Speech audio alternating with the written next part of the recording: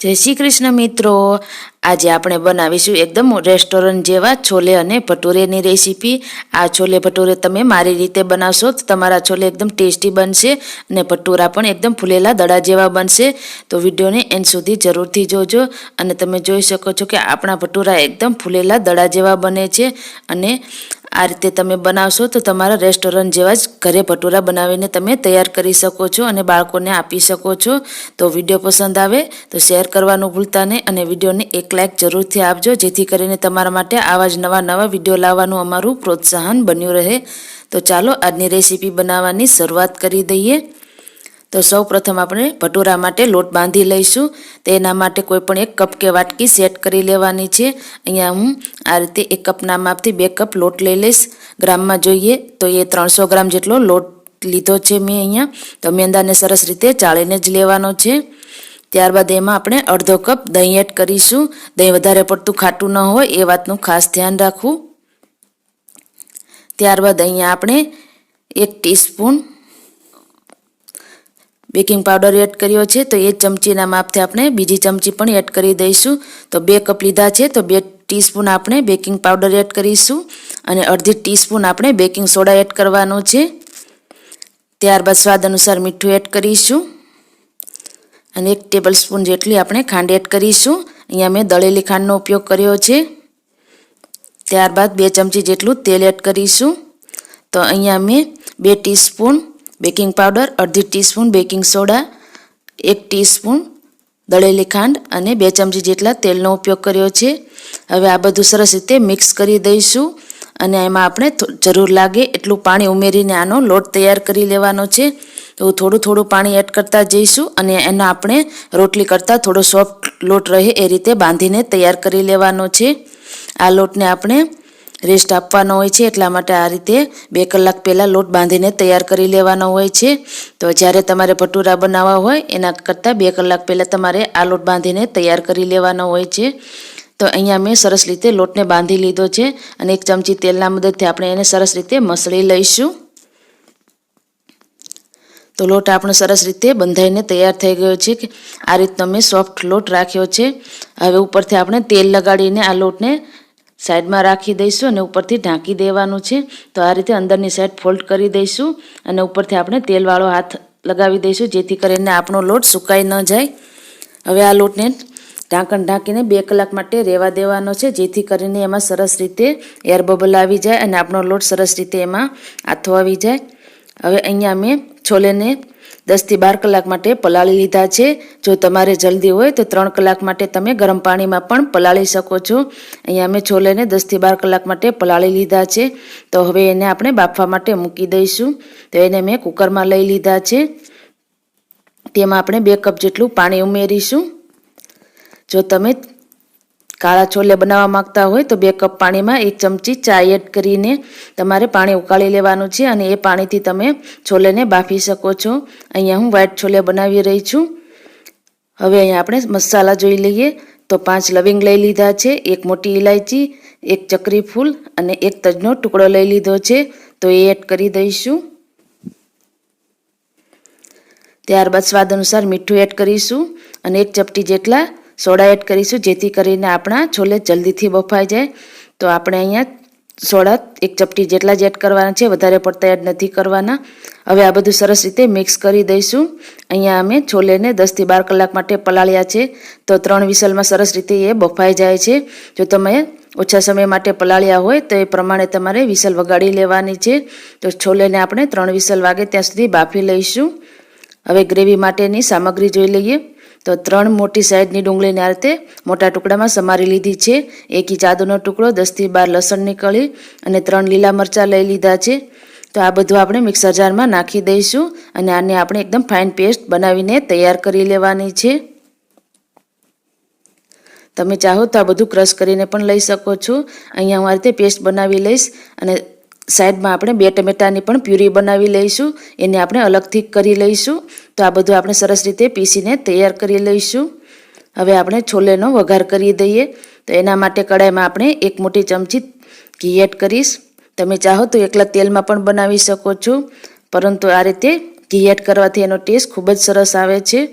તો 1 ચમચી ઘીની સામે 3 ચમચી આપણે તેલ ઉમેરીશું. તમે એકલું તેલ લેવા માંગતા હોય તો 4 ચમચી એકલું તેલ લઈ લેવાનું છે. તેલ ગરમ થઈ જાય એટલે આપણે એમાં અડધી ચમચી જીરું ઉમેરીશું.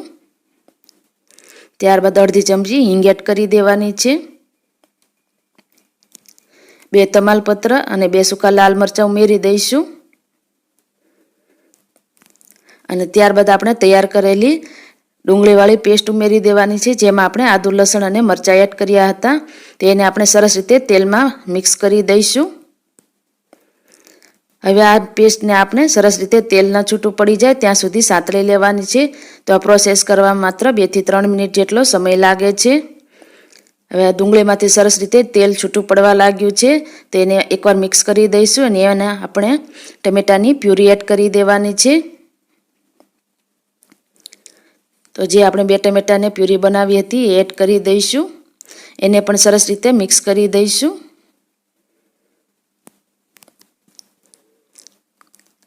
હવે મિક્સ કર્યા બાદ આપણે એને ઢાંકણ ઢાંકીને 2 થી 3 મિનિટ માટે થવા દઈશું, જ્યાં સુધી ગ્રેવીમાંથી સરસ રીતે તેલ છૂટું ન પડવા લાગે. હવે 2 થી 3 મિનિટ થઈ ગઈ છે, તો તમે જોઈ શકો છો કે ગ્રેવીમાંથી સરસ રીતે તેલ છૂટું પડવા લાગ્યું છે. તો હવે એમાં આપણે મસાલા એડ કરી દઈએ. તો સૌથી પહેલાં અડધી ચમચી હળદર એડ કરીશું. ત્યારબાદ 1 ચમચી લાલ મરચું પાવડર,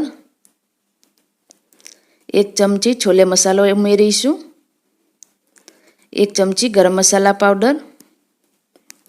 અહીંયા તમે જેટલું તીખું પસંદ હોય એ પ્રમાણે તમે બધા મસાલાને વધારે કે ઓછા કરી શકો છો. હવે આ બધા મસાલાને સરસ રીતે ગ્રેવીમાં મિક્સ કરી દઈશું. બધા મસાલા સરસ રીતે મિક્સ થઈ ગયા છે. તો હવે આ ગ્રેવીને આપણે એકદમ ધીમા ગેસ ઉપર સરસ રીતે ઢાંકીને ચડવા દઈશું, જ્યાં સુધી એમાંથી સરસ રીતે તેલ છૂટું ના પડવા લાગે.